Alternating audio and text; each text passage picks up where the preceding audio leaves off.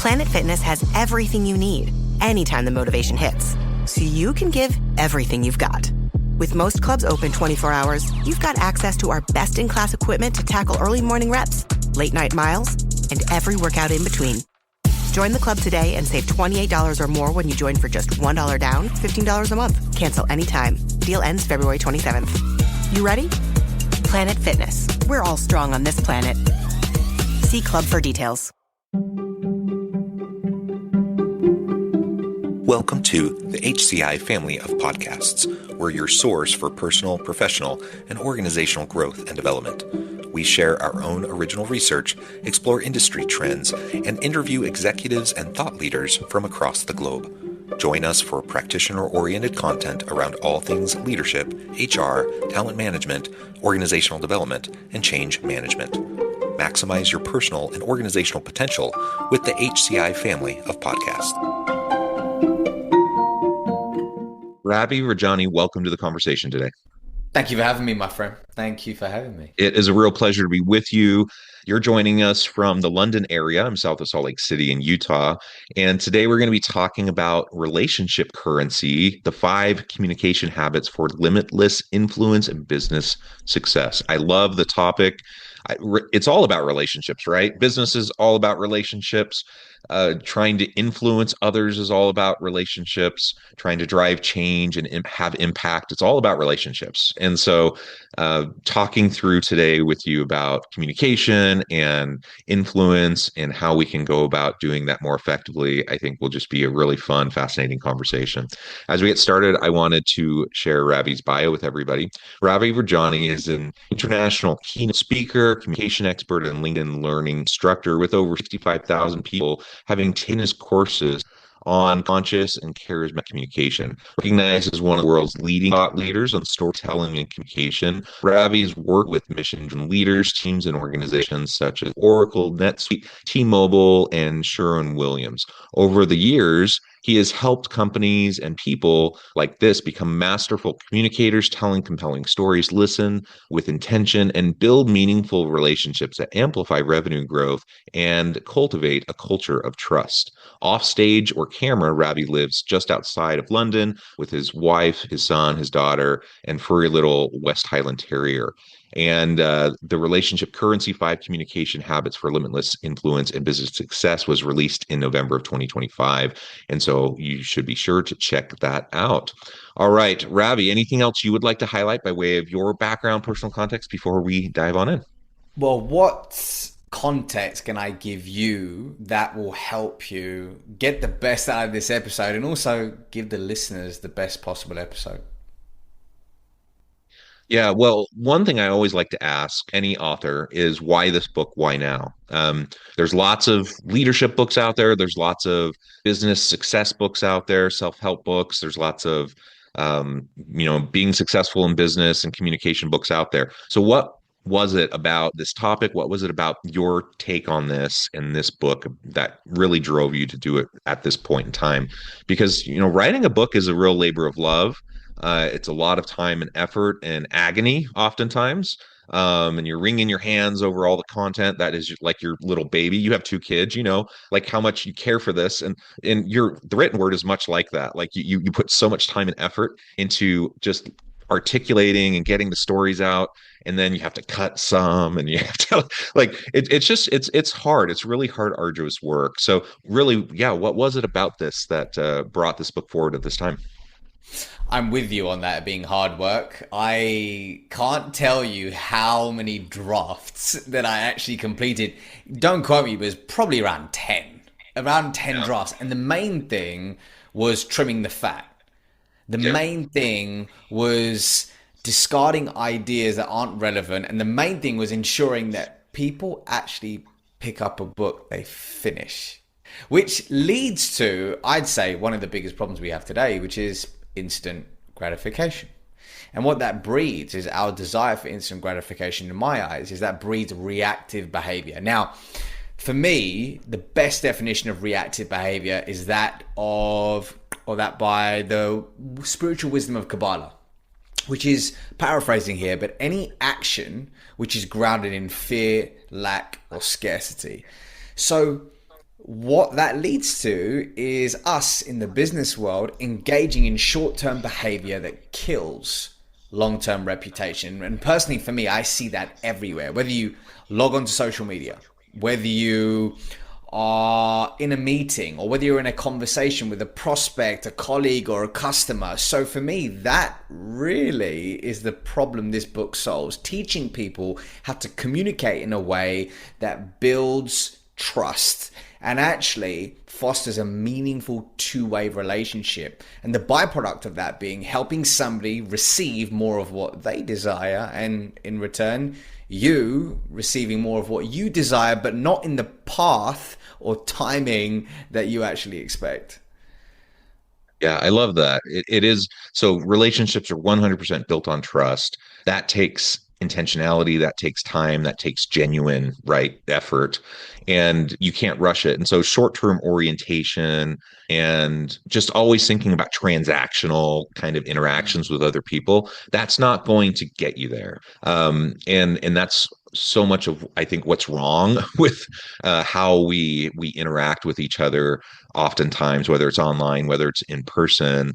And so often it's just lost in business. And I understand why. I understand the tensions. I understand the pressures. I understand, quarterly metrics and accountability and all of that. And I'm not saying accountability is bad, but sometimes we pervert due to the metrics and the types of accountability systems that we put in place, we pervert the very types of long-term relationships that we actually all know we want, right? We all know that those are important. We all know that they're going to help us be successful in the long run. Yet we self-sabotage. We end up, shooting ourselves in the foot and making it so it's going to be really tough for us to maintain those long-term relationships. And yeah, that's not good for us. It's not good for the people we work with. It's not good for our teams, our organizations. I'm with you, my friend. I'm with you. So yeah. And yeah, go for it. Yeah, so let's dive on into the book. So I appreciate, this being a gap that you're trying to address with this book, of just really trying to help people think through how they can develop that trust, build these relationships, and communicate effectively with those around them. So let's talk through those 5 communication habits that you identify in the book, and recognizing again, like this is after 10 drafts, so you're trimming the fat. There's all sorts of great ideas that get left on the cutting room floor, right? Things that are good that actually would great for people to learn about, would be great for people to implement, but they're not like directly connected or tied directly to, what you're trying to get across in this particular book at this particular time. So this is really boiled down to the core components that are going to help people that will help them be successful in relation to this topic. Yeah, let's go through that. And for those of you listening, I wanted to make sure that this isn't a book where I'm saying the same thing 1,000 different times and you get to the end of it and you're like, wow, that could have been a 4-sentence summary. The goal was to provide something fresh and unique. And some of you are like, oh yeah, I've read those type of books. The goal is to not do that. If I did do that, well, hey, the intention wasn't there. And yeah, I expect better. But listen, the 5 habits. Firstly, transform your story. Second habit, ask conscious questions. The third habit, unearth your charisma. The fourth, tell stories that inspire change. And the fifth, become the trusted guide. So really the idea here is for somebody to read the book in that exact order, because each habit builds on the habit before. And each habit has a set of practices to help you engage in specific behaviors. And the idea here is if you engage in that behavior consistently and repeatedly, then a proportion of those behaviors will form habits. And when you really anchor into a why that's more important than, hey, I just want to make money or I just want to get that leadership position, it's really going to help you over the long term, because having a core motivation that's beyond you, I believe is important. Yeah, well, absolutely. I think the why of everything that we do is always going to ground us when things get hectic and crazy and tough. And anytime we have tensions, we're bound to kind of go back to what's easy, what's comfortable, unless we are really well grounded into what our core principles are, our values, and what that why is for us. So 100% absolutely agree with that. Now, there were a few of those that really immediately popped and resonated for me, but then the very next comment was, "But they do build on each other," which I acknowledge, and I think that's really important. So maybe let's walk through them one by one briefly, rather than me picking and choosing ones out of order. That may not be as helpful. Yeah, well, listen, I know we're time conscious. So I'll be as brief as I can here. Let's pick one tiny concept within each habit, Sure. which will serve the listeners here. So the first habit, as I said, is transform your story, and the idea here is you are the stories you tell yourself. And inside of the book, there's a 10-step framework to actually shifting your internal narrative about you and yourself as a communicator, presenter, and speaker. Now, where does it all begin? I talk about something called labels inside of the book. So think about it like this, John. If you walked into your kitchen and you open up a cupboard and you see a jar, you'd say, okay, great. This has a label on it.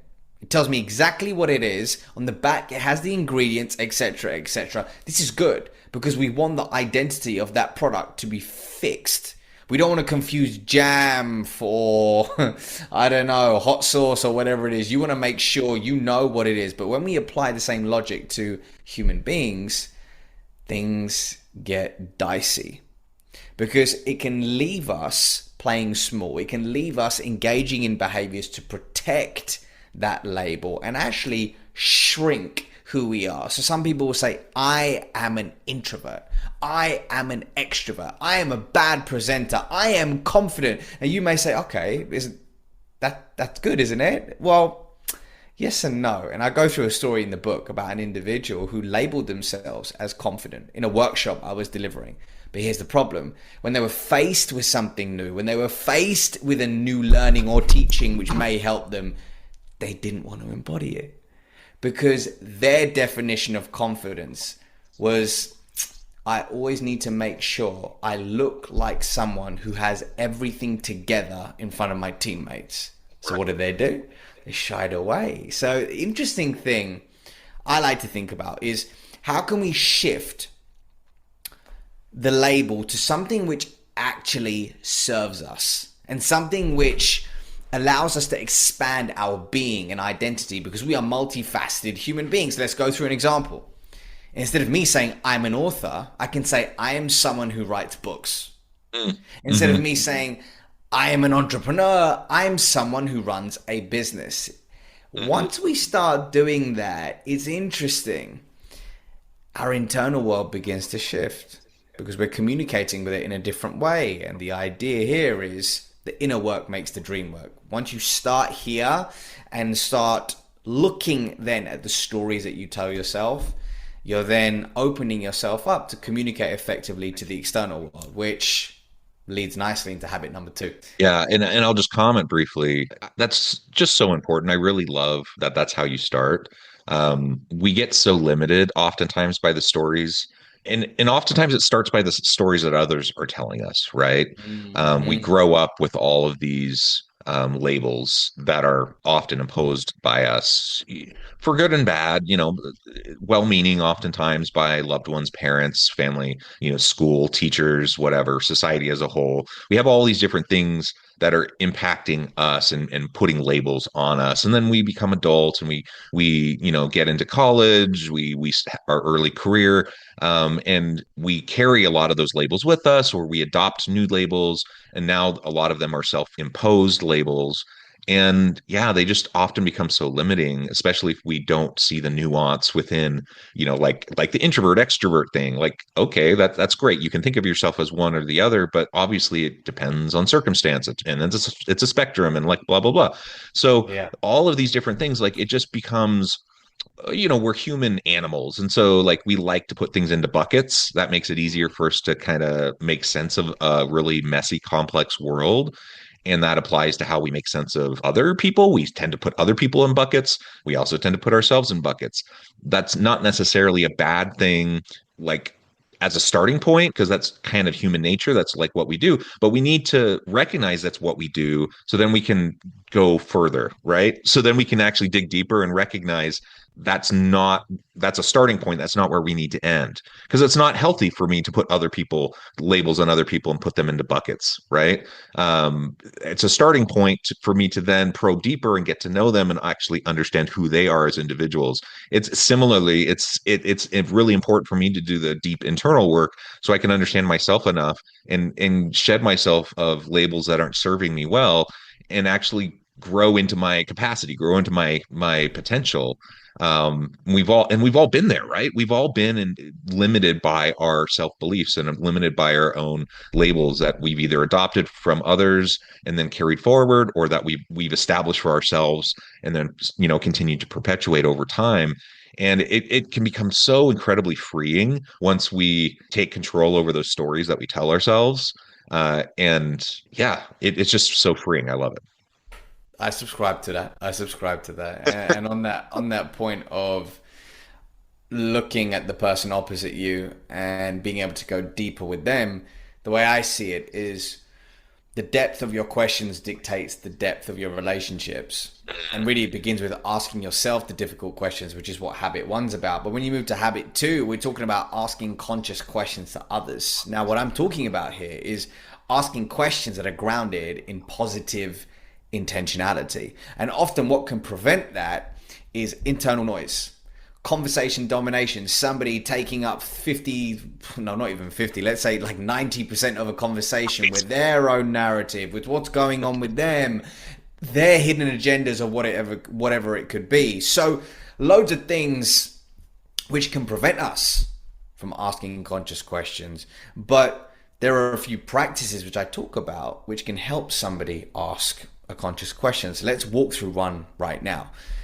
In the book, one type of conscious question I talk about is a story-worthy question, aka an open-ended question. Now, really, if you do this right, two things can occur. Number one is somebody exchanges a story with you when you ask a story-worthy question.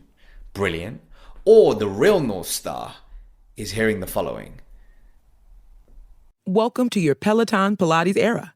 Built on precision, backed by results, and trusted by over 2 million members. Experience instructors with true Pilates expertise, offering classes for every level, from foundational to powerfully challenging. Choose from 10 to 45-minute sessions with little to no equipment, anytime, anywhere. And with the cross-training swivel screen, you can move seamlessly from cardio to mat. Press Pilates, small moves, big impact. Find out more at onepeloton.com/Pilates. Now serving the entire cafe right from your countertop with a Ninja Luxe Cafe. Espresso, drip coffee, cold brew. If you can crave it, you can brew it. No barista badge required. Barista Assist technology handles the hard parts. Grinding, weighing, brewing, so you can take the credit. Top it all off with velvety, dairy, or plant-based microfoam. Hot or cold, all hands-free, naturally. You bring the craving. You bring the company. We'll bring the cafe. And maybe the bragging rights. Now serving the Ninja Luxe Cafe. Shop now.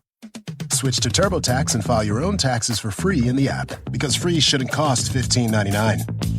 Right? Free Tax USA? Or is it cost $15.99 Tax USA? Switch to TurboTax and file free. Free state, free federal, 100% free, 100% guaranteed. Now this is taxes. Intuit TurboTax. Switch to TurboTax and file your own taxes in the app for free by 2/28. Excludes TurboTax expert products. $15.99 charge from Free Tax USA is for state taxes. Nothing. For a good few seconds. And somebody going, you know what? I don't know. I've never been asked that question before. Let me sit with that. Because that tells somebody a positive story about you, because it shows that you have a character of intention. So let's walk through an example which everybody may be able to relate to. Let's say you are speaking to a client, customer, prospect, whoever it could be, and you say, hey, do you want to switch suppliers? The answer, John, would be what? What would you say to a question like that? It depends. Tell me more. I need to understand, what your price points are and timing and all the details. Right. So it's jumping the gun, as you've just I suppose you said through your response there, but also you're going to receive a yes, no, or a maybe response. Versus if I said to you, hey John, can you Can you tell me about the moment you first sensed trouble with your existing supplier? And then what would you say? You'd say, oh, Ravi, I remember it was last year in December and they hit us with this 18% price increase. And then I'd be like, what, 18% price increase? Yeah, you wouldn't believe it. And we have a relationship with their CEO. And all of a sudden, you have sparked a two-way conversation. You're building rapport and you're building a connection with somebody, which is the first building block of trust. I talk about trust as the 3 C's: connection, character, competence. This starts to build a connection with the person opposite you. And hey, if they don't answer that question, they go, I don't know, actually. I feel like it's been years, but maybe it was, And you've got them in a reflective state. That's a beautiful thing too. So that's just one type of conscious question that I teach. But really what we're trying to do is the following: not just ask potent questions, but also engage in something called deep listening, which is different from active listening. And maybe we can talk about that in part 2 of the show. But really, asking conscious questions and deep listening, they're two sides of the same coin. You can't ask great questions, which sound like a box ticking exercise, and then not listen. Right. And if you're just sitting there listening all day, it's going to be very difficult for you to, then you need to ask the right questions, right? To elicit more rapport, more of emotion, more of a connection. So that's how I see it. Yeah, I love it. I think the reflexivity part that often comes from asking really good, thought-provoking, intentional questions is wonderful. The interpersonal dynamic part of just like creating the opportunity for shared meaning creation and storytelling, right? That comes out of, what you were sharing in your example of, them telling the time of the 18% increase and how hard that was and blah, blah, blah. Like I think all of those things are just so valuable. And you close all of that off when you're asking yes, no questions. And yeah, you're shortchanging your opportunity to actually co-create with the other person. Yeah, I love that phrase, co-create. Yeah, it's a brilliant way of putting it. It's about co-creation. A conversation is co-creation when done right. And hey, I suppose that leads to habit 3, which is unearth your charisma. And I don't know about you, John, but let me ask you. When I say the word charisma, what comes up for you? Anxiety. In what sense? Like I don't think of myself as a person with charisma. That person who walks into a room and just immediately commands everyone's attention, or is the life of the party, or like all these kind of stereotypical types of things. That's often what I think of when I think of the word charisma, or that kind of stereotypical charismatic leader. And we attach so much to those type of stereotypes, that oftentimes I have some anxiety when that comes up, because then I'm like, oh, now am I being held to some sort of expectation that I know I'm not that type of person. Like that's not typically who I am, or at least not in my comfort zone. And so it makes me anxious. So it sounds though, from what I'm hearing, there is a part of you which feels that charisma is about commanding a room, showcasing what one would label as extroverted character traits. Am I right? Yeah. You know what? If I think about my definition of charisma growing up, I had it all wrong. Like completely wrong. I thought it was about accolades. I thought it was about awards. I thought it was about admiration. And I thought it was about being the one who was in the spotlight. And if I look at my definition of charisma now, I see it as an innate superpower that every one of us possesses, which helps us make others feel significant in our presence. I like that. So really what I'm talking about is making others feel like they matter when they're around you. And here's the thing, I don't believe that we become charismatic because we were born charismatic. We need to unearth it. And charisma looks different on different people. For some people, it's their ability to tell vulnerable stories that allows others to see themselves in the main character of that story, aka them. Also, for other people, it's their ability to listen so deeply and make someone feel seen, heard, and understood. For someone else, you see what I mean? And I often feel we go to Oprah, Ryan Reynolds, Sarah Blakely. Like we go to these business people, performers, artists, whoever it could be. So let's talk about one thing that somebody could do to unearth their charisma. Give genuine compliments. Okay, in the workplace, giving genuine compliments. Now, do not weaponize this. I have a VIP private client of mine, and she said, Ravi, there's someone at work who they just give so many compliments, but it's too much. And often they veer along the lines of, can you that's a bit strange to say in the workplace, right? So remember, quality over quantity. And yeah, don't be a creep. Okay, don't be a creep. Don't be a weirdo. So listen, I could say, John, great presentation. That's cool. It has good intention, but let's be real, it kind of sucks. And it kind of sucks because it's missing three things: authenticity, specificity, and impact. So let's walk through an example. Hey, John, that was one of the most incredible pitches that I've actually heard you deliver. In the first few minutes, when you spoke about your struggle with imposter syndrome as a new CEO, that was eye-opening. And you know what? It's actually inspired me to be more vulnerable and share personal stories in my pitches and presentations. Hey, thank you for that. Do you see the difference? Authenticity is leading with that positive observation of me saying that was one of the best I've heard you deliver. The specificity is the story you shared in the first 3 minutes, and the impact is me sharing what this moment had, or rather the impact that this moment had on me. So really, if you think about it, and research has shown this, that when somebody receives a compliment, it can light up the same part of our brain that gets activated when we receive a financial reward. So when you give a compliment that's genuine, it can really have a deep impact. Like for me, back in the day when I was in corporate, I had a mentor who would acknowledge me for my gifts, my genius, in public, in front of my boss. And I was like, wow, this guy, I want to run through a brick wall for this guy. Right, and yeah. I did many occasions because of that intimacy, that loyalty, because he made me feel like I mattered every time I was around him. And hey, for me, that's real charisma. Yeah. Well, I love that definition. I think that kind of that ability to deeply connect with other people and to make them feel seen and heard and that they matter, that they're valued. I mean, that is what every human craves, right?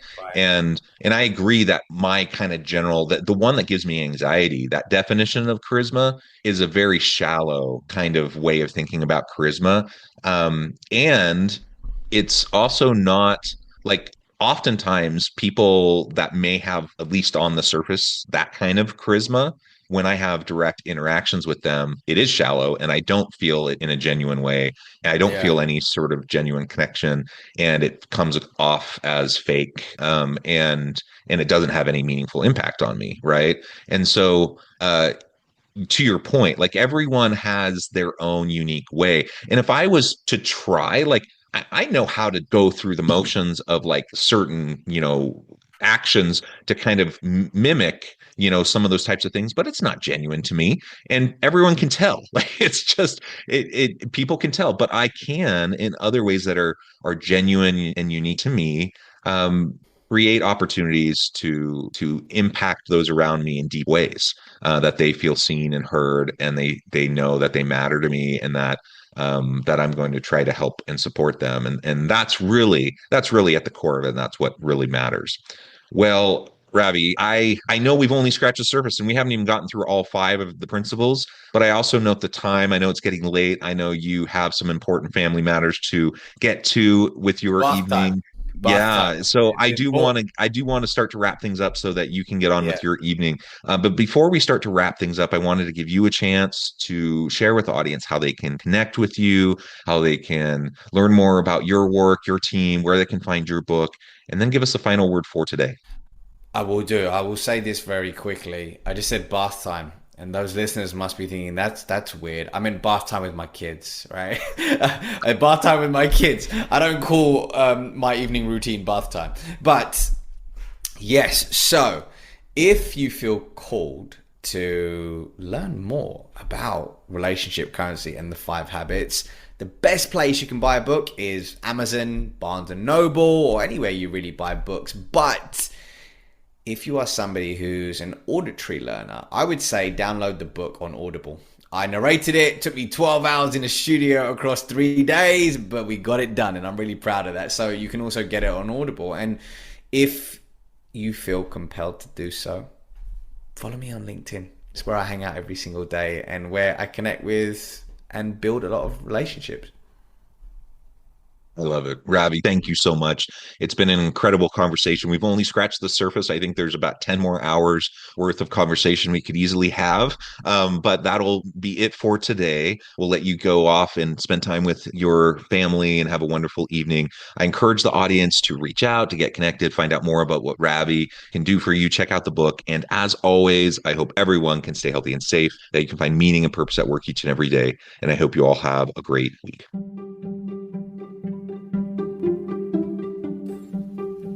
Thanks for joining us for this episode of the podcast. We hope you stay healthy and safe, and please join us again soon. What is community? It's Friday Night Lights with laughter as post-game commentary. It's fun runs, fun rakes. It's passing the boot for local heroes. And it's breaking ground for groundbreaking startups. This is what makes a community. And it's what makes a community bank. It's fertile financial resources turned back into local soil. Here's to people helping others thrive. This is community banking. D.L. Evans Bank, since 1904. Member FDIC.